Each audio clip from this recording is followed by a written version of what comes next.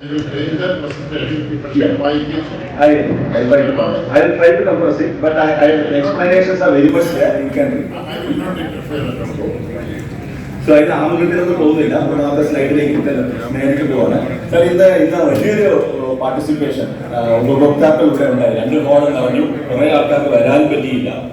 എല്ലാവരുടെയും ഒരു കോമൺ ഒരേ ഒരു വികാരമാണ് ഈ ഒരു താരിഫ് ഇൻക്രീസ് ഉണ്ടാകരുത് എന്നുള്ള ഒരൊറ്റ ആഗ്രഹമാണ്. അതാണ് ഏറ്റവും സുപ്രധാനമായ കാരണം ഇത്രയും ജനങ്ങൾ ഇവിടെ വരാൻ. ഇൻഡസ്ട്രി അസോസിയേഷൻ അത്രേ അഭ്യർത്ഥിക്കാനുള്ളൂ. അവർ ഹംബിൾ റിക്വസ്റ്റ്. അതിൽ ഒരു സ്റ്റാറ്റ്യൂട്ടറി റിക്വയർമെന്റ്സ് കൂടെ സാർ കൺസിഡർ ചെയ്യണം. കാരണം ഇത് ഒരു interim tariff increase sir 31 October 2023 ഇത് കൊണ്ടുവന്നു.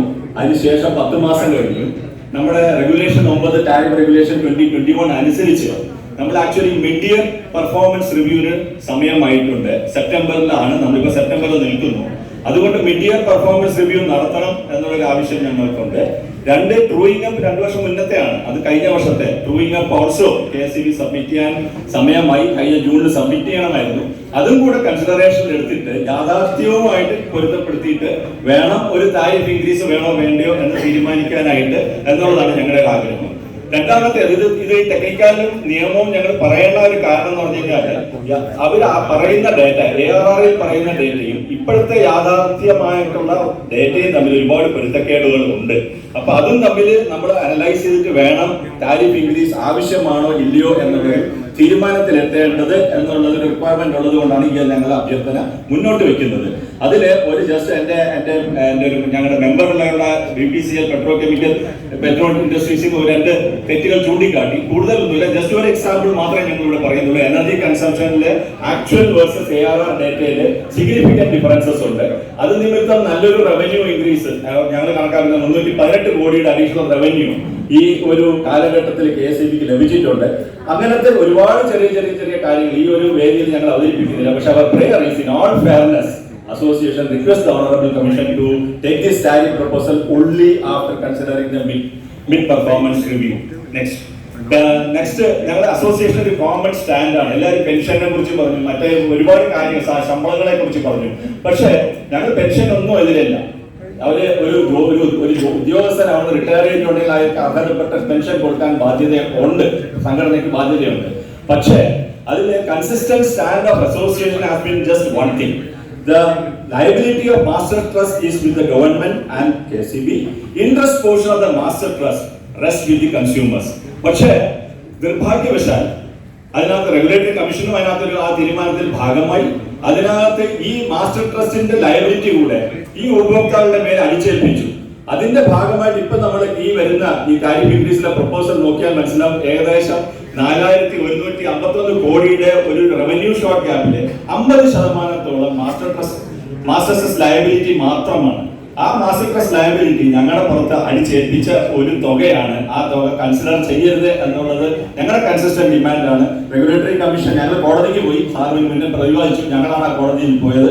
അത് കാരണം 10 മാസം താരിഫ് ഇൻക്രീസ് വൈകി. അതിന്റെ ഗുണഭോക്താവ് എല്ലാവർക്കും അതിന്റെ വൈകിയ താരിഫ് ഇൻക്രീസ് കാരണം അത്രയും മാസത്തെ ഗുണം ലഭിച്ചു. പക്ഷേ ഞങ്ങളുടെ ഒരു റിക്വയർമെന്റേ ഉള്ളൂ. കോടതി വിധി വന്ന ശേഷം റെഗുലേറ്ററി കമ്മീഷൻ ഒരു തീരുമാനമെടുത്തു അതിനെ മറികടക്കാനായിട്ട്. കാരണം അതിലെ ടെക്നിക്കാലിറ്റി നോക്കിയിട്ട് ഒരു റെഗുലേഷൻ അതിന്റെ അമെന്റ്മെന്റ് ഇറക്കി കഴിഞ്ഞപ്പോൾ അത് ഫെബ്രുവരി 27 വന്നു. എന്ന് വെച്ചാൽ 2023 ശേഷം മാർച്ചിന് ശേഷം മാത്രമേ ഈ ഒരു തുക കണക്കാക്കാൻ ഈ കണക്കിൽ ഉൾപ്പെടുത്താൻ സാധിക്കുകയുള്ളൂ. റീട്രോസ്പെക്റ്റീവ് എഫക്ട് ഇൻ 22-23 407 കോടി എടുക്കാൻ പാടില്ല എന്നൊരു ആഗ്രഹമുണ്ട്. അടുത്ത വർഷത്തേൽ പ്രൊറേറ്റ എടുക്കണം എന്നുള്ളതാണ്. മൂന്നാമത്തേത്, ഈ വലിയൊരു പവർ താരിഫ് ഇൻക്രീസിന് ഞങ്ങൾക്കൊരു ബാധ്യത ജനങ്ങളുടെ മേൽ അടിച്ചേൽപ്പിക്കുകയാണ്. റെഗുലേറ്ററി കമ്മീഷൻ തന്നെ ഓൺ റെക്കോർഡാണ് for criticizing KSEB for its delay in taking a decision making. ഒരു വളരെ ചീപ്പായിട്ടുള്ള പവർ മേടിക്കാനുള്ള അവസരം നഷ്ടപ്പെടുത്തി. അപ്പൊ അസോസിയേഷൻ ഇതും കൂടെ കൺസിഡർ ചെയ്ത് ഇത്തരം inefficiency should not be passed on to consumers as tariff increase. Next. അടുത്തത് ഇതേപോലെ ഒന്ന് പവർ പർച്ചേസ് 70% പുറമേ നിന്ന് മേടിക്കുന്ന ഒരു ലോ പവർ കോസ്റ്റ് മേടിക്കാനുള്ള ഒരു സന്ദർഭം നഷ്ടപ്പെടുത്തി. രണ്ട്, ഇന്റേണലി കഴിഞ്ഞ നോക്കിക്കഴിഞ്ഞാൽ 2016 മുതൽ ചെറിയ ചെറിയ ഹൈഡ്രോ പവർ പ്രോജക്ട്സ് പോലും കമ്മീഷൻ ചെയ്യാൻ ഒത്തിരി താമസം വന്നു. ഇത് വന്നിരുന്നെങ്കിൽ ഇന്ന് നമ്മൾ സംജാതമായിരുന്ന ഈ പവർ ടാരിഫ് ഇൻക്രീസിന്റെ അവസരം നമുക്ക് ഉണ്ടാവില്ലായിരുന്നു. അടുത്തത് സമ്മർ ടാരിഫിന്റെ കാര്യമാണ്. ഒരുപാട് പേര് പ്രതിപാദിച്ചു. ഞാൻ ഒരു കാര്യം മാത്രമേ ഇവിടെ സൂചിപ്പിക്കുന്നുള്ളൂ. സമ്മർ ടാരിഫ് ജാനുവരി മുതൽ മെയ് മാസം വരെ KCB ആവശ്യപ്പെട്ടിട്ടുണ്ട്. അവർക്ക് അതിന് അർഹതയുണ്ടോ എന്നുള്ളത് ഡാറ്റ പരിശോധിച്ച് കഴിഞ്ഞാൽ നോക്കിയാൽ അറിയാം. ജാനുവരി മുതൽ മാർച്ച് വരെ ഉപഭോഗം കഴിഞ്ഞ 2023 ഉപഭോഗം നോക്കിക്കഴിഞ്ഞാൽ ആവറേജ് പവർ കൺസംപ്ഷൻ 2023 താഴെയാണ് നിൽക്കുന്നത്. അപ്പൊ ആ നിലയ്ക്ക് ഒരു വർഷത്തെ ഡാറ്റ പോലും അതിനെ ജസ്റ്റിഫൈ ചെയ്യുന്നില്ലെങ്കിൽ summer tariff is not justified. Next is again summer tariff is not justified because tariff regulation 2021 does not envisage that kind of a provision. അതിനകത്ത് ആദ്യം അതിനൊരു അമെന്റ്മെന്റ് വന്നാൽ മാത്രമേ ഒരു സമ്മർ ടാരിഫ് കൊടുക്കാൻ കമ്മീഷന് അങ്ങനെ ഒരു തീരുമാനം എടുക്കാൻ സാധിക്കുകയുള്ളൂ. അതോടൊപ്പം തന്നെ കമ്മീഷൻ ആ തീരുമാനം അങ്ങനെ ഒരു അമെന്റ്മെന്റ് കൊണ്ടുവന്നിട്ട് അങ്ങനെ ഒരു പ്രൊവിഷൻ കൊടുത്താൽ ഒരു മൺസൂൺ ടാരിഫിന് കൂടെ ഒരു ഓപ്പർച്യൂണിറ്റി അതിനകത്ത് ഉണ്ടാവണം എന്നുള്ള ഒരു അപേക്ഷ കൂടെ സമർപ്പിക്കുന്നു. അങ്ങനെയാണെങ്കിൽ KCBക്ക് ഒരു എക്സസ് പവർ വിൽക്കാനുള്ള ഒരു അവസരം നഷ്ടപ്പെട്ടു പോകുമെന്ന് പറയുന്നു. ഇതിന് സമ്മർ ടാരിഫ് എന്ന് പറയുമ്പോൾ പലരും വിസ്മരിക്കുന്ന ഒരു കാര്യമുണ്ട്. Fuel surcharge would still be there, so unpredictability of the price increase would still be there. So അത് കണക്കാക്കണം സമ്മർ ടാരിഫ് നിരാകരിക്കുന്നത്. ഗ്രീൻ ടാരിഫിനെ കുറിച്ച് ആരും പ്രതിപാദിച്ച് കണ്ടില്ല. ഗ്രീൻ ടാരിഫ് ബഹുമാനപ്പെട്ട കമ്മീഷൻ ഇൻട്രീം ടാരിഫ് അപ്രൂവ് ചെയ്ത സമയത്ത് 77 പൈസ അഡീഷണൽ ആയിട്ട് ഒരു പ്രീമിയം പവർ നമ്മളെ അപ്രൂവ് ചെയ്തു. പക്ഷെ ഇന്നത്തെ പവർ ടാരിഫ് നിങ്ങൾ സോളാർ പവർ ഗ്രിഡിലെ ഇന്ന് ഇന്ത്യ ഗ്രിഡിൽ അവൈലബിൾ പവർ നോക്കി 6 രൂപ 20 നിന്ന് over the years today it is available 2 രൂപ 90 പൈസ. Wind power 5.9 is today available 3 rupee 1 paise. KCB മാറ്റി ചിന്തിച്ച സാർ ഒരു മാറ്റങ്ങളെ കുറിച്ച് ചിന്തിക്കേണ്ട മാറ്റങ്ങളെ കുറിച്ച് പറഞ്ഞു.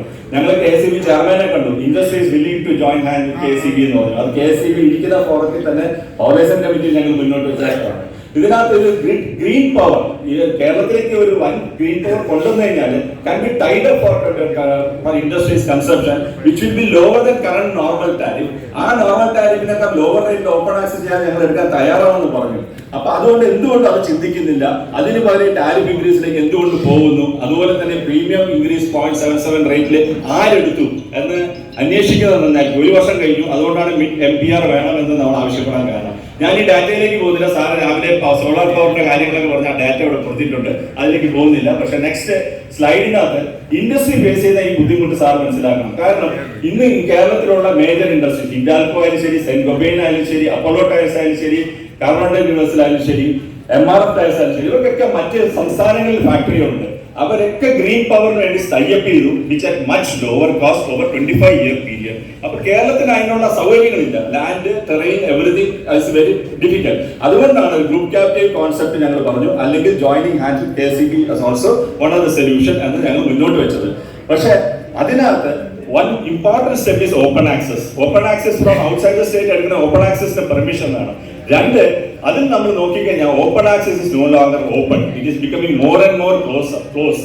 കോസ്റ്റ് സബ്സിഡി സബ്ചാർജ് നമ്മൾ 20% നിർത്തണം എന്നുള്ള നിയമത്തിൽ നിന്നുകൊണ്ട് തന്നെ നമ്മൾ അത് മറികടക്കാം. ടാരിഫ് കൂട്ടുമ്പോൾ 20% തന്നെ നിൽക്കും. പക്ഷേ CSS keeps on increasing, making cross open access power sourcing very difficult for industries. അതോടൊപ്പം തന്നെ ട്രാൻസ്മിഷൻ ചാർജ് കൂടിയിട്ടുണ്ട്, ട്രാൻസ്മിഷൻ ലോസ് കൂട്ടിയിട്ടുണ്ട്, വീലിംഗ് ചാർജിനെ കുറിച്ച് പ്രതിപാദിച്ചു, അതും കൂടിയിട്ടുണ്ട്. അപ്പോൾ മൊത്തത്തിൽ നോക്കിക്കഴിഞ്ഞാൽ ഓപ്പൺ ആക്സസ് ഇൻഡസ്ട്രീസ് ചെയ്യരുത്. At the same time tariff ഞങ്ങൾ കൂട്ടും. ഗ്രീൻ ടാരിഫിന് പ്രീമിയം റേറ്റ് ചാർജ് ചെയ്യും. റെഗുലേറ്ററി കമ്മീഷനാണ് ഉത്തരവാദിത്തം കൊടുത്തിരിക്കുന്നത്. Regulatory commission 2012 is on record. ഇതിന്റെ നോട്ടിഫിക്കേഷൻ സാറിന്റെ വെബ്സൈറ്റിലുണ്ട്. നോട്ടിഫിക്കേഷൻ ഒരു റോഡ് മാപ്പ് ഇട്ടിട്ട് ഞങ്ങൾ ഒരു പ്രോഗ്രസീവ് സീറോയിൽ കൊണ്ടുവരും. ഞങ്ങളുടെ ആവശ്യം ഇന്നത്തെ നിലയിൽ ഒന്ന് മാത്രമേ ഉള്ളൂ. ഈ ഒരു MYT ഡിസൈഡ് ചെയ്യുന്ന സമയത്ത് it should come down progressive over next couple of years and bring it to zero. Next the last one, I think uniform ടാരിഫിനെ കുറിച്ച് പ്രതിപാദിക്കില്ല. Next green power tariff. Green power ടാരിഫിൽ ഇന്ന് ഏറ്റവും കൂടുതൽ പത്രങ്ങളിൽ നിറഞ്ഞിരുന്ന ഒരു വാർത്തയുണ്ട്. സോളാർ റൂഫ് ടോപ്പ് കാരണം KCBക്ക് ഇവിടെ ജീവിക്കാൻ പറ്റുന്നില്ല, പവർ മാനേജ് വലിയ ഇഷ്യൂ ആയി എന്നൊക്കെ വലിയൊരു വാർത്തകൾ നിറഞ്ഞിരുന്ന ഒരു കാര്യമാണ്. ഒരു സ്മോൾ പെർസെന്റേജ്, ലെസ് ദാൻ 0.1% ആണ് ഗ്രിഡിൽ ഫീഡ് ചെയ്യുന്നത്. ആ ഒരു ഇംബാലൻസ് KCBക്ക് ബാലൻസ് ചെയ്യാൻ പറ്റുന്നില്ലെങ്കിൽ ഭാവിയിൽ അവർ എങ്ങനെ ബാലൻസ് ചെയ്യുന്നത് എനിക്ക് അറിഞ്ഞുകൂടാ. പക്ഷെ ഇതിനകത്ത് ഞാൻ പറയാൻ ആഗ്രഹിക്കുന്ന ഇത്രയേ ഉള്ളൂ. 0.77 എക്സ്ട്രാ പ്രൈസിന് KCB KSEBക്ക് കമ്മീഷൻ പെർമിഷൻ കൊടുത്തു ഗ്രീൻ പവർ മേടിച്ച് വിൽക്കാനായിട്ട്. 890 അപ്രോക്സിമേറ്റ്ലി അത്രയും പവർ അപ്രോക്സിമേറ്റ്ലി KSEBയുടെ സോളാർ റൂഫ് ടോപ്പ് മാത്രം ജനറേറ്റ് ചെയ്ത് അവർ കൺസ്യൂം ചെയ്യാതെ KSEB കിട്ടിയ പവർ 3 രൂപ 15 പൈസയ്ക്ക് സോളാർ റൂഫ് ടോപ്പിന് കമ്മീഷൻ നിശ്ചയിച്ച പ്രൈസിൽ അവർ വിറ്റപ്പോഴേ ആ പ്രൈസ് ആ റൂഫ് ടോപ്പ് ഇൻവെസ്റ്റേഴ്സിന് കൊടുത്തു കഴിഞ്ഞപ്പോൾ KSEB ഉണ്ടാക്കിയത് 295 million rupees ഓഫ് പ്രോഫിറ്റ് ആണ്. അപ്പൊ ഈ പ്രോഫിറ്റ് ആക്ച്വലി പാസ് ഓൺ ചെയ്യേണ്ട ഈ സോളാർ റൂഫ് ടോപ്പിന് അവരുടെ റിട്ടേൺ ഓൺ ഇൻവെസ്റ്റ്മെന്റ് നേരത്തെ ആരും പ്രസന്റ് ചെയ്തായിരുന്നു. അവർക്ക് റിട്ടേൺ ഓൺ ഇൻവെസ്റ്റ്മെന്റ് ഇല്ല, പക്ഷെ അതൊരു നേഷൻസ് നീഡാണ്, അതൊരു പാരന്റ്സ് ഫ്യൂച്ചറാണ്. അവർ ആ പൈസ കയ്യിൽ നിന്ന് ഇറക്കി അത് സ്ഥാപിക്കുന്നത് അവർക്ക് 3 രൂപ 15 പൈസക്ക് അർഹരാണ്, അതിനേക്കാൾ കൂടുതൽ കൊടുക്കണ്ടേ. When you pass on the benefit to KSEB to charge green power above normal at points additional 77 paise, what is the solar rooftop getting? Otherwise this benefit should be passed on to equally to all consumers. So concluding based on this much, please kindly defer our tariff hike at this point of time. You humble request to Regulatory Commission to take up the performance review and proving up of 2023 so that we reflect the real values. Second, master trust bond liability should not be imposed on consumers. The summer tariff is not justifiable. Open access charges should be made viable. Tariff anomaly should be corrected. Thank you. Thank you very much.